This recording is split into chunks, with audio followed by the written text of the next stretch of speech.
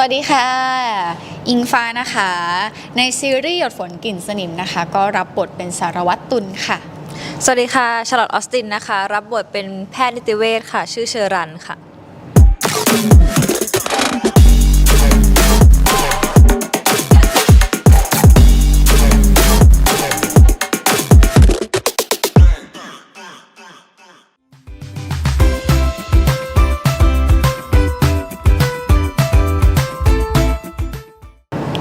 ค่อนข้างยากเลยค่ะเพราะว่าต่างจากถ้าบุคลิกจะต่างจากเราค่อนข้างมากเลยด้วยความที่เราเป็นนางงามเนาะการเดินการอะไรอย่างเงี้ยก็จะมีความทิ้งสะโพกนั่นนี่แต่ว่าพอเรามาเป็นสารวัตรตุลเนี่ยทุกอย่างมันจะต้องดูอกผายไหล่ผึ่งเนื่องจากว่าเขาเป็นผู้หญิงที่เป็นตำรวจเขาเรียกว่าตัวเล็กแต่ใจใหญ่ในการแบบว่าไขคดีหรือการทำงานอะไรเงี้ยซึ่งเราต้องทำกันบ้านหลังบ้านเวิร์กช็อปต่างๆก็มีแบบว่าไปเรียนรู้จากตำรวจจริงๆตำรวจหญิงจริงๆว่าเวลาเขาเข้าจับกุมเป็นยังไงสารวัตรแจ๊ในการสืบสวนจิตวิทยาเขาใช้อะไรบ้างอะไรเงี้ยค่ะก็ถือว่าเป็นอะไรที่ค่อนข้างยากโดยเฉพาะคำศัพท์ที่จะต้องใช้ทำยังไงให้มาดูเหมือนแบบเราอยู่ตรงเนี้ยมาแล้วอะประมาณเกือบ20 ปีเงี้ยซึ่งจริงๆเราแบบเวิร์กช็อปกันแค่จริงๆจังๆแค่เดือนเดียวอย่างเงี้ยใช่ก็ถือว่ายากอยู่ค่ะส่วนเชอรันก็ยากมากๆค่ะเพราะว่าต้องเป็นแพทย์นิติเวชที่คุ้นชินสถานที่อุปกรณ์ต่างๆคำศัพท์แล้วก็บรรยากาศต่างๆในห้องก็ทำให้เราแบบว่าต้องแสดงให้รู้สึกว่าเราทำงานตรงเนี้ยมาประมาณ10 กว่าปีแล้วก็เป็นสิ่งที่เราถนัดที่สุดซึ่งต่างจากความเป็นจริงที่เราแทบจะไม่ได้รู้เรื่องอะไรเกี่ยวกับแบบหมอหรือว่าแพทย์เลยค่ะแต่พอเรื่องนี้ก็คือทำให้เราได้เป็นเหมือนอีกคนหนึ่งที่เขาเรียกว่าโตขึ้นค่ะทั้งความคิดแล้วก็แบบการกระทำหรือว่าวิธีการคิดในแต่ละวันก็ถือว่าเป็นผลดีที่ได้รับเป็นเชอรันค่ะ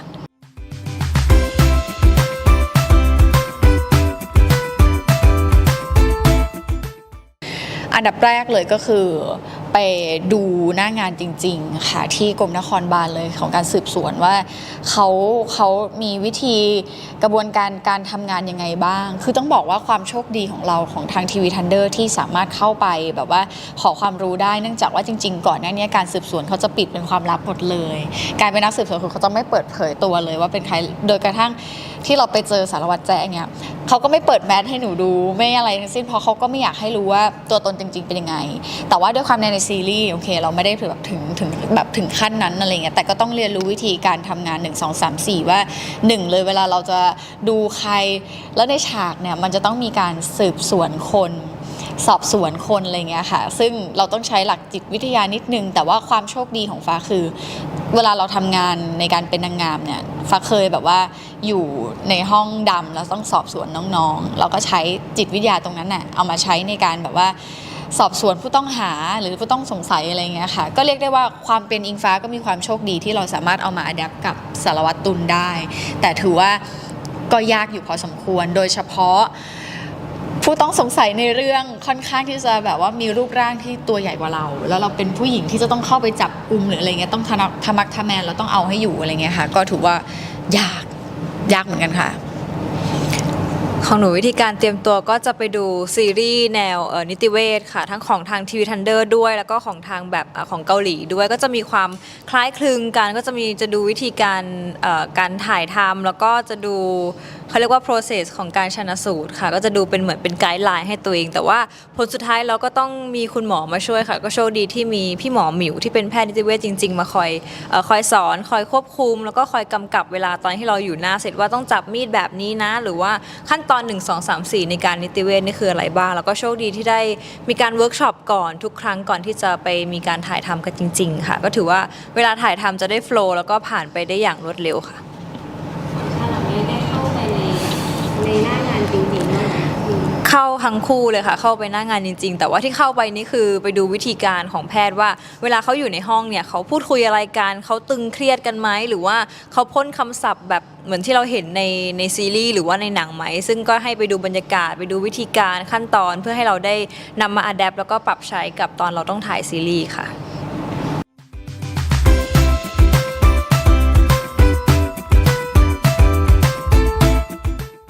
เสน่ห์ที่ได้เห็นของเชอรันเวลาเล่นใช่ไหมคะรู้สึกว่า เขาเป็นคนที่สู้แม้ว่าในวันที่แบบเขากลัวแล้ว แต่ว่าด้วยความที่มันต้องหาความจริง เพราะว่าถ้าตัวเนื้อเรื่องเนี่ยคือคุณแม่เขาเสียด้วยฆาตกรหยดฝนเขาก็ต้องหาความจริงให้ได้ ซึ่งจริงๆแล้วเนี่ยเขาจะไม่หาและจนกระทั่งมีสารวัตรตุลเข้ามาทำให้เขาเหมือนฮึกเหิมแล้วก็มีไฟในการหาความจริงอีกครั้งหนึ่งนั่นคือเสน่ห์แบบว่าต่อให้เป็นผู้หญิงที่โดดเดี่ยวทำงานมาคนเดียวแต่เมื่อถึงเวลาที่มันต้องสู้หรือว่าต้องหาความจริงเพื่อแม่ตัวเองหรือว่าเพื่อความถูกต้องยุติธรรมเนี่ยก็พร้อมสู้เต็มที่ค่ะแล้วก็โชคดีที่มีสารวัตรตุลมาเป็นเหมือนตัวช่วยในเรื่องนี้ด้วยค่ะเสน่ห์ของสารวัตรตุลใช่ไหมคะคือจริงๆอ่ะฟ้าว่ามันมีความคล้ายเราด้วยแหละด้วยความที่เราไม่ต้องไปค้นหาตัวละครไกลเกินตัวมันหมายว่าเราเป็นคนที่ชอบความยุติธรรมอยู่แล้วความถูกต้องอะไรเงี้ยเวลาที่ตุลเขาทำงานเขาจะเป็นอีกคาแรคเตอร์หนึ่งที่เรารู้สึกว่าก็เหมือนเราอ่ะอิงฟ้าเหมือนแบบภาพคนที่มองว่าอิงฟ้าเวลาทำงานคือจะเป็นคนดูจริงจังดูเป็นคนแบบต้องเป๊ะนะหรืออะไรเงี้ยซึ่งก็เหมือนกับตุลเลยค่ะเวลาทำงานคืออีกคาแรคเตอร์หนึ่งแต่ว่าในมุมมองความรักเขาก็จะมีความเป็นแมวเป็นอะไรที่มันคือคนจริงๆอ่ะสารวัตรตุลมันไม่ใช่แค่ในนิยายอย่างเดียวแต่มันคือคนที่แบบมันเนี่ยแหละคือคนที่ทำงานเยอะแต่ว่ามุมมองความรักคือเขาจะมีความโหยหาความรักแล้วก็ด้วยสตอรี่เรื่องราวของชีวิตของตุลก็ค่อนข้างที่จะน่าสงสารเหมือนกันกับการที่จะต้องเจอเรื่องราวอะไรมากมายแต่ว่าในเรื่องจะค่อยๆเฉลยไปอะไรเงี้ยค่ะซึ่งมันก็จะมีฟ้าชอบอันนึงที่ดีใจที่ได้ร้องเพลงประกอบของเรื่องนี้ค่ะก็คือความเชื่อใจครั้งสุดท้ายตอนที่เราไปร้องเนี่ยเหมือนทางโปรดิวเซอร์เขาบอกว่าไม่ให้เอาอิงฟ้าร้องนะเอาเป็นสารวัตรตุลร้องมันยิ่งทำให้เราเหมือนเข้าใจตัวละครมากขึ้นมาโหแม้กระทั่งมุมมองความรักก็คล้ายๆเราเหมือนกันซึ่งมันก็เลยทำให้เราตกหลุมรักความเป็นตุลได้ง่ายแล้วก็เข้าถึงเขาได้ง่ายด้วยค่ะ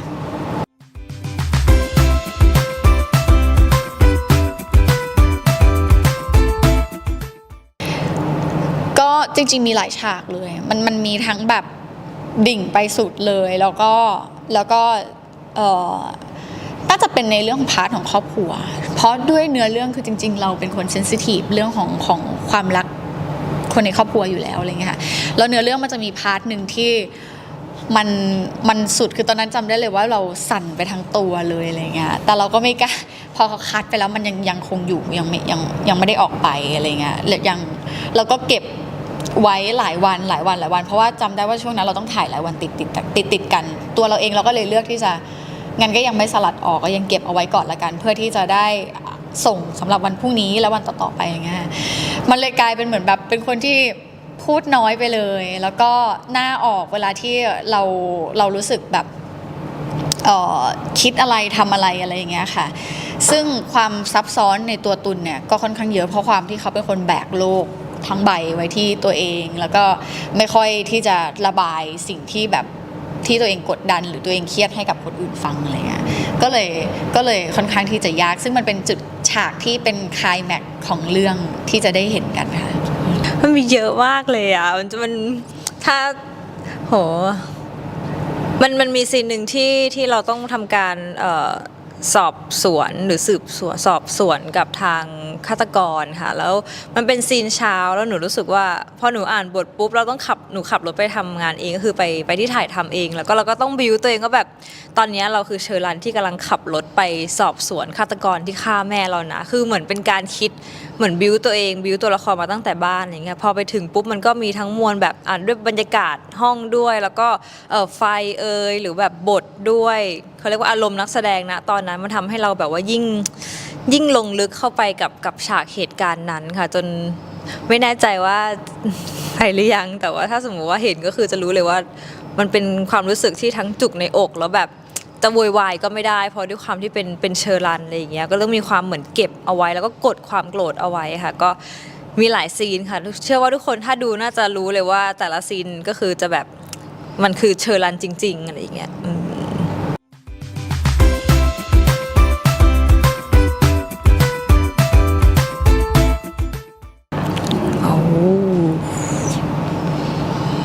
ถ้าพาสืบสวนเหรอ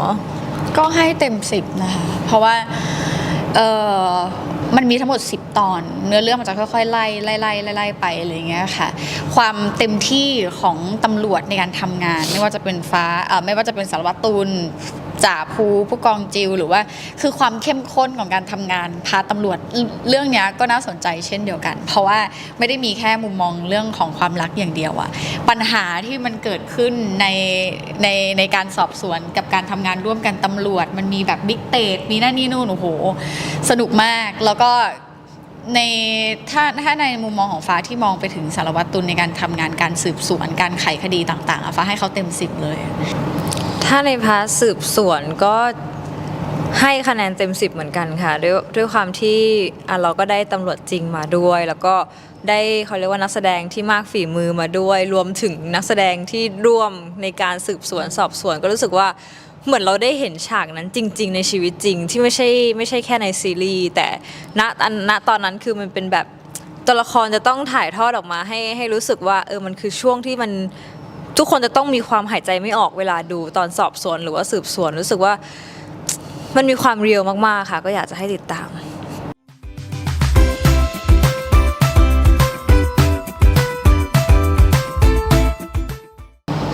เรื่องราวความรักก็จริงๆเรื่องนี้อะค่ะฟ้าว่านะมันเป็นยูริที่เราอะไม่ได้นำเสนอเลิฟซีนอะไรมากด้วยแต่ว่าพอมันถึงเลิฟซีนปุ๊บเราต้องทำให้ถึงอะเพราะว่าในระหว่างการเลิฟซีนคือมันต้องแวะตลอดอะมันไม่ได้เป็นคู่ไม่ได้เป็นเลิฟซีนที่แบบโอ้เราจะ EP นี้เราจะทิ้งเลิฟซีนแบบให้ทุกคนได้ฟินอะไรเงี้ยแต่ว่ามันเป็นเลิฟซีนแป๊บเดียวแล้วมันไปอีกแล้วอะไรเงี้ยเพราะว่าพอความเป็นตำรวจและความเป็นหมออะความว่างมันไม่ได้แบบเหมือนอาชีพอื่นๆอ่ะมันจะยุ่งตลอดเวลาเพราะฉะนั้นเวลาที่เราแวะมาจุดเลิฟซีนปุ๊บเนี่ยพี่ปอยค่ะคนที่เป็นผู้กำกับที่ดูเรื่องของความสัมพันธ์ในตัวละครเขาจะบอกว่าเฮ้ยฟ้าชาร์ลอตต้องไปให้ถึงนะเพราะว่าเรื่องเนี้ยมันไม่ได้แวะมาบ่อยเพราะฉะนั้นเวลาแวะทีนึงมันต้องทำให้คนฟินให้ได้ให้คนแบบรู้สึกไปกับเราให้ได้อย่างเงี้ยซึ่งตอนถ่ายเราก็ต้องมานั่งลุ้นว่าแบบพี่ปอยจะหูแดงไหมตัวแดงยังหรืออะไรเงี้ยก็แต่เป็นไปได้ดีโฟล์กว่าที่เราคาดคิดกันเอาไว้ในตอนแรกเพราะว่าเหมือนแบบผู้กำกับก็พี่เผื่อเวลาไว้เลยนะ5 ชั่วโมง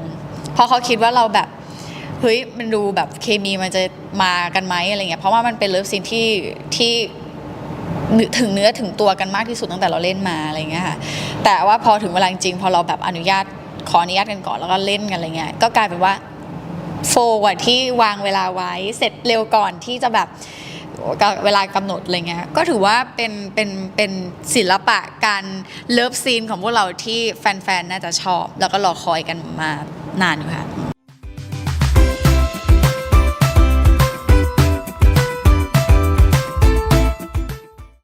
ใจเต้นแรงเนาะ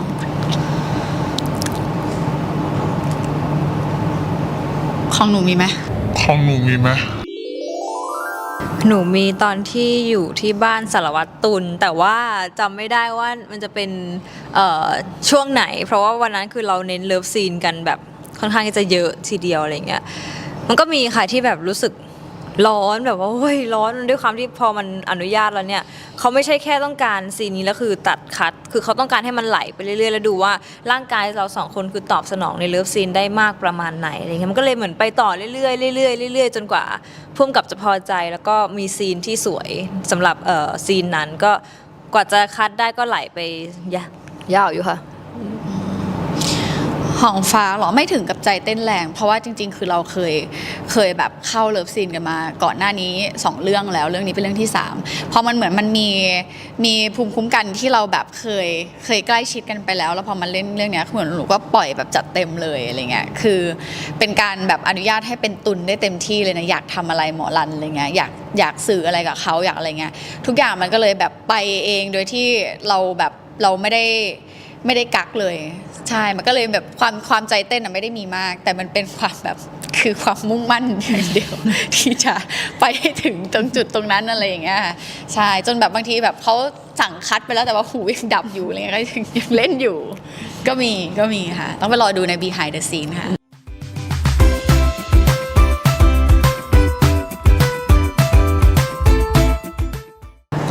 เยอะอยู่นะคะก็เยอะอยู่นะ1เลยคือปลงก่อนนะปลงเรื่องสังขารเองเพราะว่ามันมีตอนที่เราแบบไปดูเขาผ่าศพจริงๆอ่ะศพจริงๆตอนแรกเขาถามเราก่อนว่าแบบไหวไหมอะไรเงี้ยซึ่งหนูคิดว่าถ้าเราแบบ มันไม่ได้มีโอกาสที่เราจะไปยืนตรงนั้นได้ง่ายๆอะไรเงี้ยมันผ่านหลายกระบวนการกว่าเราจะไปยืนตรงนั้นหรือเมื่อโอกาสมันมาถึงแล้ว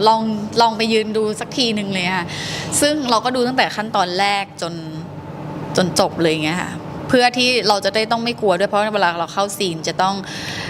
เห็นสภาพศพจริงแบบสภาพศพที่เขาเมคขึ้นมาแต่เสมือนจริงอะไรเงี้ยมันทำให้ดูแบบปลงตั้งหนึ่งคือเรื่องของอาหารการกินการใช้ชีวิตเห็นแบบแล้วทำให้ปล่อยวางมากขึ้นปล่อยวางแบบหลายๆอย่างอะไรเงี้ยค่ะแล้วก็บวกกับสิ่งที่เราเห็นในสังคมไทยเราปัจจุบันอยู่แล้วเรื่องของการเอารัดเอาเปรียบการเรียนนายขายเพื่อนการทำงานที่จะต้องไต่ระดับแบบไปเร็วกว่าไปด้วยวิธีใดเรื่องความยุติธรรมเรื่องอะไรเงี้ยซึ่งหนูก็ได้จากตัวเชอรันแล้วก็ตัวตุลรวมถึงนักแสดงหลายๆคนที่เขารับส่งกันอย่างดีมากๆทำให้เราเห็นถึงความเป็นจริงในสังคมไทยแล้วก็ควรจะเรียนรู้ว่าเราควรจะต้องปฏิบัติตัวยังไงอะไรเงี้ยค่ะสุดท้ายก็สิ่งสำคัญเลยคือทำให้เราพัฒนาเรื่องของการแสดงด้วยเพราะว่าเรื่องนี้คือไม่ได้เล่นกัน2คนเล่นกับผู้ใหญ่แล้วก็นักแสดงสมทบที่เป็นมืออาชีพมากๆเป็นเบอร์ใหญ่เลยก็ว่าได้โดยเฉพาะแบบที่หนูจะต้องเล่นกับบิ๊กเตดก็คือพี่ต้นอะไรเงี้ยค่ะก็ถือว่าเป็นประสบการณ์ที่ดีแล้วก็ให้ข้อคิดอะไรหลายอย่างเหมือนกันค่ะของหนูก็เยอะมากๆเหมือนกันค่ะแต่ว่าถ้าหลักๆเลยก็คือเอาชนะความกลัวของตัวเองได้ค่ะเพราะว่าหนูเป็นคนที่กลัวบอดี้มากๆกลัวเลือดกลัวทุกสิ่งทุกอย่างค่ะแต่พอเราต้องมาทำตรงนี้ก็ต้องเหมือนฮึบสู้แบบเฮือกสุดท้ายของเราแล้วหลังจากนั้นหนูก็เหมือนปลดล็อกตัวเองไม่กลัวบอดี้เลยแล้วก็แต่แค่ไม่กินเครื่องในแค่นั้นค่ะกลายเป็นแบบมันจะนึกถึงแต่ถามว่าดีใจที่แบบวันนี้เราได้เล่นเป็นแบบแพทย์นิติเวชเพราะว่าเอาจริงชอบตอนเราเข้าฉากตอนต้องชันสูตรแบบบอดี้ในเรื่องอะไรอย่างเงี้ยรู้สึกมันมีความเหมือนเราคือผู้หาความจริงหรือว่าความยุติธรรมให้กับคนที่เขาไม่สามารถพูดได้แล้วอะไรอย่างเงี้ยก็เลยรู้สึกชอบตรงนี้ค่ะแล้วก็อย่างการแสดงก็รู้สึกว่าตัวเองพัฒนาขึ้นค่อนข้างที่จะ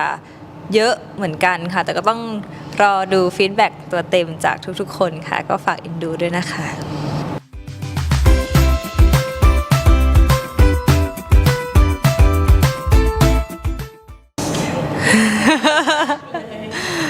อยากเล่นซีนไหนหรอ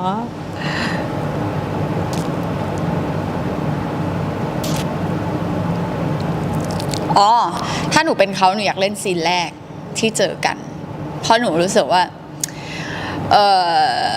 ซีนแรกมันมีเคมีอะไรบางอย่างที่แบบว่ามันมีความเก้ๆกังๆมันมีความไปไม่ถูกไม่มีความแบบไม่มั่นใจอะไรบางอย่างมันแบบว่ามันจะมองเป็นคอมเมดี้ก็ได้จะมองเป็นโรแมนติกก็ได้จะมองเป็นแบบบอกไม่ถูกเหมือนกันซึ่งทุกคนจะได้เห็นกันใน EP แรกอยู่แล้วซึ่งหนูว่าอยากเป็นหมอรันในฉากนั้นที่เดินเข้ามาแล้วก็มีความจุดๆต้องรอดูให้แฟนๆไปรอดูอยากเล่นถ้าเป็นในเรื่องคืออยากเล่นซีนกับพี่ชายเป็นซีนที่รู้สึกว่า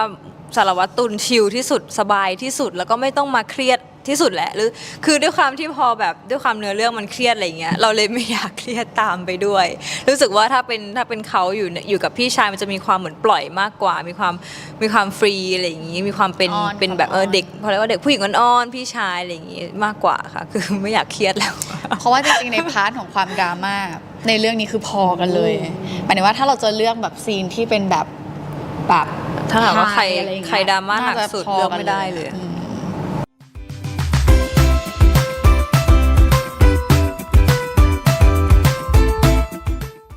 ก็อยากจะบอกว่า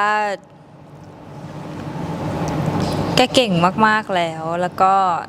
ตอนนี้ก็แบบหาตัวฆาตกรเจอแล้วก็ทำในสิ่งที่ตัวเองอยากทำใช้ชีวิตให้มีความสุขไม่ต้องไปโฟกัสงาน 100% ก็ได้ให้เวลากับตัวเองแล้วก็คนรอบข้างด้วยค่ะ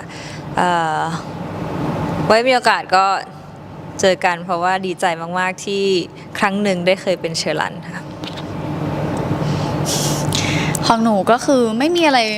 เป็นห่วงตุลเลยอะเพราะว่าถึงจุดจบของเรื่องไปแล้ว ก็รู้สึกว่ามันแฮปปี้แล้วแหละแต่ทุกสิ่งที่มันเกิดขึ้นอยากจะบอกตุลว่าทุกอย่างมันมีเหตุผลของมันแล้วก็อยากให้ตุลปล่อยวางกับสิ่งที่เกิดขึ้นในชีวิต เพราะว่าเหมือนเสียไปหนึ่งอย่าง แต่ว่าตุลก็ได้ของที่มีค่าในชีวิตกลับมาอีกหนึ่งอย่างขอให้เขาแบบว่าไม่ต้องมีสติหรอกเพราะเขามีสติอยู่แล้วในการใช้ชีวิตอะไรเงี้ยขอให้ชีวิตหลังจากนี้ก็คือมีความสุขมากๆซึ่งเราอิงฟ้าก็จะเป็นกำลังใจให้นะคะแล้วก็ความฝันอะไรหลายๆอย่างหลังจากนั้นก็ขอให้สมหวังละกันค่ะ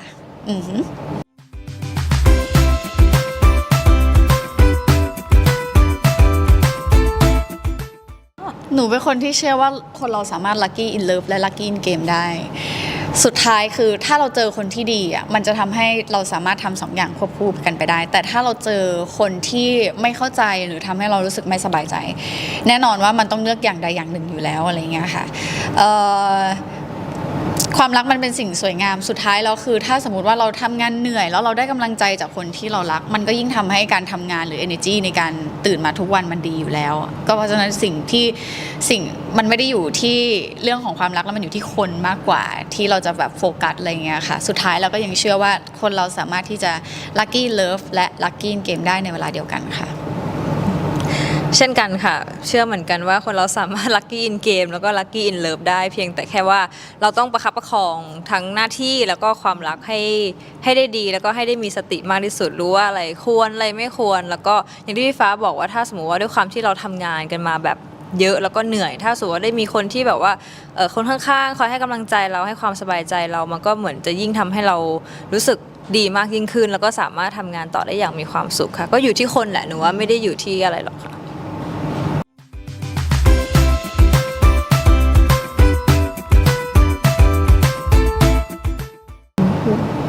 แทบจะไม่ได้ก้าวอะไรเลยค่ะเพราะรู้สึกว่าอย่างที่บอกว่าตุลเนี่ยไม่ได้ไกลเกินอิงฟ้าเลยความเป็นหนึ่งความเป็นผู้นำความเป็นคนที่ห้าวหาญและความเข้มแข็งจุดยืนของตัวเองหรือมุมมองความรักก็จริงๆก็คล้ายๆกันเลยแทบเหมือนแค่จะเป็นแบบว่ายืนกระจกแล้วก็แบบขอสลับร่างแป๊บหนึ่งแค่นั้นเองนะคะเหมือนแค่เราแต่ความแบกโลกก็เหมือนกันอะไรหลายๆอย่างคือมันเหมือนกันไปซะหมดอะไรเงี้ยค่ะไม่ได้รู้สึกว่ามันไกลเกินตัวแค่เหมือนแค่อนุญาตให้ตุลเข้ามาเป็นเราในช่วงเวลานั้นก่อนที่เราจะถ่ายทำอะไรเงี้ยค่ะ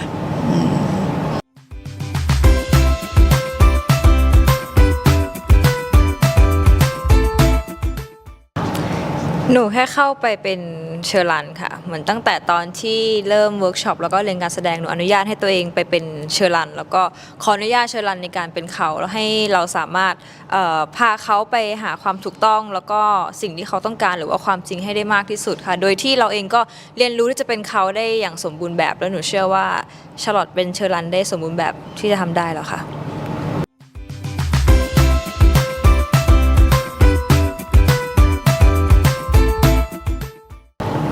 ขอยังไงขอวันฝนตกไปเลยค่ะเพราะทุกครั้งที่มีฝนตกในเรื่องก็จะมีคดีก็จะอย่างน้อยถ้าฝนตกก็จะได้คิดว่าต่อให้ไม่มีเรื่องไม่ดีก็ยังมีเรื่องที่ดีอยู่คือเราขอเป็นแฟนกันหรือขอแต่งงานกันในวันที่ฝนตกในวันที่แบบเหมือนจะเลวร้ายที่สุดแต่อย่างน้อยมันก็ยังมีเรื่องที่ดีอยู่ค่ะของหนูก็น่าจะเป็นตอนเสร็จภารกิจมั้งคะเพราะว่าในเรื่องคือมันทำงานหนักกันทั้งคู่อ่ะคิดว่าเวลาที่ทำงานอ่ะเป็นคนจริงจังกันทั้งคู่อยู่แล้วทั้งตุลและรันอะไรเงี้ยแต่มันจะมีโมเมนต์ที่หลังจากที่เราเลิฟซีนเสร็จสิ้นภารกิจกันไปแล้วอ่ะมันเหมือนมันเป็นห่วงที่อยู่กัน2คนแล้วโฟกัสซึ่งกันและกันมากที่สุดแล้วอะไรเงี้ยก็คงจะขอณเวลานั้น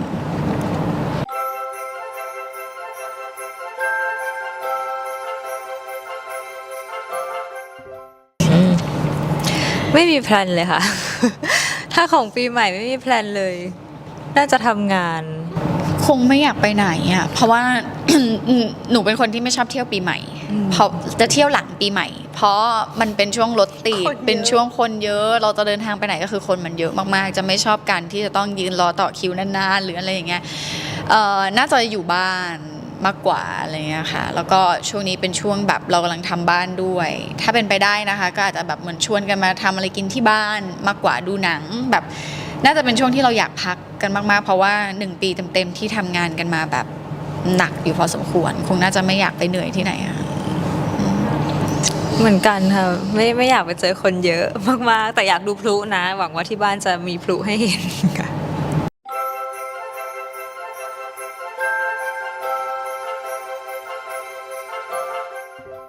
หนูนึกออกอย่างเดียวเลยขอให้แบบว่าสุขภาพร่างกายแข็งแรงแล้วก็มีเวลามากพอที่จะสามารถไปเที่ยวโดยที่ไม่ต้องนึกถึงเรื่องแบบเรื่องงานหรือว่าความเครียดอะไรก็คือสามารถปล่อยจอยในการเที่ยวได้เที่ยวที่ไม่ใช่เที่ยวเพื่อทำงานด้วยอะไรอย่างเงี้ยคือเที่ยวจริงๆก็ยังไม่ได้เห็นเขาไปเที่ยวแบบนั้นเลยสักครั้งหนึ่งตั้ง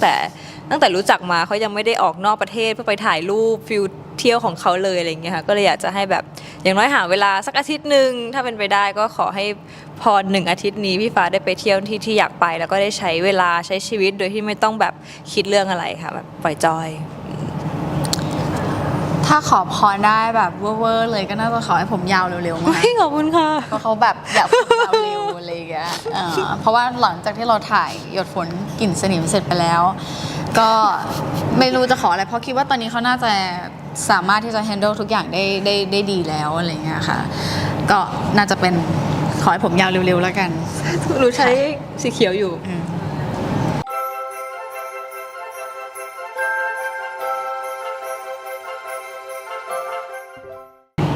ขอให้ผมยาว ขอให้ผมยาวเลย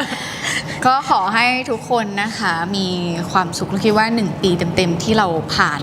การใช้ชีวิตมาทุกคนน่าจะไม่ใช่เรื่องง่ายนะคะบางคนก็อาจจะเจอทั้งเรื่องของความผิดหวังความเสียใจความล้าเรื่องของสุขภาพเรื่องของการทำงานหนักก็ขอให้สามารถปล่อยวางกับทุกๆอย่างได้แล้วเริ่มต้นปีใหม่กับสิ่งดีๆเรื่องดีๆคนดีๆที่จะเข้ามาในชีวิตนะคะก็เป็นกำลังใจให้ใครที่ไปเที่ยวเนาะก็ระมัดระวังด้วยละกันนะคะดื่มสังสรรค์ได้แต่ว่าห้ามขับดูแลตัวเองดีๆนะคะ ขอให้ทุกคนมีความสุขค่ะแล้วก็เนื่องในปีใหม่อยากให้ลองแบบตั้งเป้าอะไรเล็กๆสักอย่างหนึ่งในแต่ละปีเพื่อที่ว่าเราจะได้มีอะไรไว้ยึดในการแบบเขาเรียกว่าในแต่ละปีที่จะแบบว่าสามารถทำได้หรือไม่ได้นี่ก็ลองหาสิ่งเล็กๆดูนะคะเช่นการไปวัดใดๆหรือว่าแบบไปเที่ยวสัก1 ที่ต่อปีก็สามารถทำให้ทุกคนใช้ชีวิตใน1 ปีนั้นได้อย่างมีความสุขได้ค่ะก็เป็นกำลังใจให้ทุกเรื่องค่ะ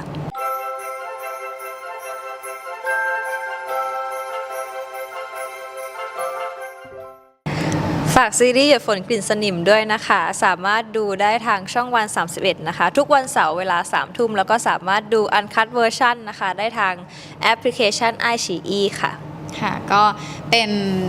ซีรีส์หยดฝนกลิ่นสนิมนะคะที่เรานำเสนอในเรื่องของมุมมองความรักด้วยแล้วก็เรื่องของความสนุกในการไขคดีอยากให้ทุกคนมาเป็นโคนันในเรื่องนี้เยอะๆนะคะมาสืบกันดูว่าใครกันแน่ที่เป็นฆาตกรหยดฝนตัวจริงนะคะซึ่งเรามีทั้งหมด10 ตอนด้วยกันนะคะรับรองในเรื่องของความคอมเมดี้ดราม่าบู๊โรแมนติกต่างๆมีครบรถในเรื่องนี้เลยแล้วก็